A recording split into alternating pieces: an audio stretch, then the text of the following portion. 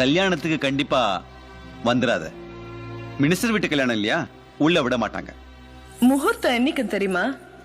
நீ உன் ஊர்ல எல்லாருக்கும் முன்னாடியும் வாக்கு கொடுத்தியே, அடுத்த முகூர்த்தத்துல என் 2 பொண்ணுங்களுக்கும் கல்யாணம், அது நடக்காம போச்சு, இந்த படையப்பா மூச்சு நின்னு போச்சுன்னு அதே முகூர்த்தத்துல.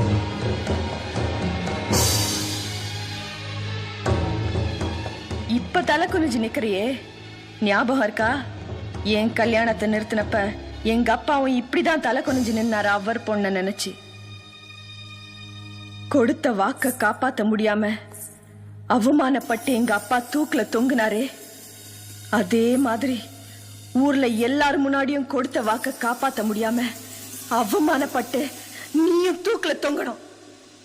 அத பார்த்து நான் சந்தோஷப்படணும்.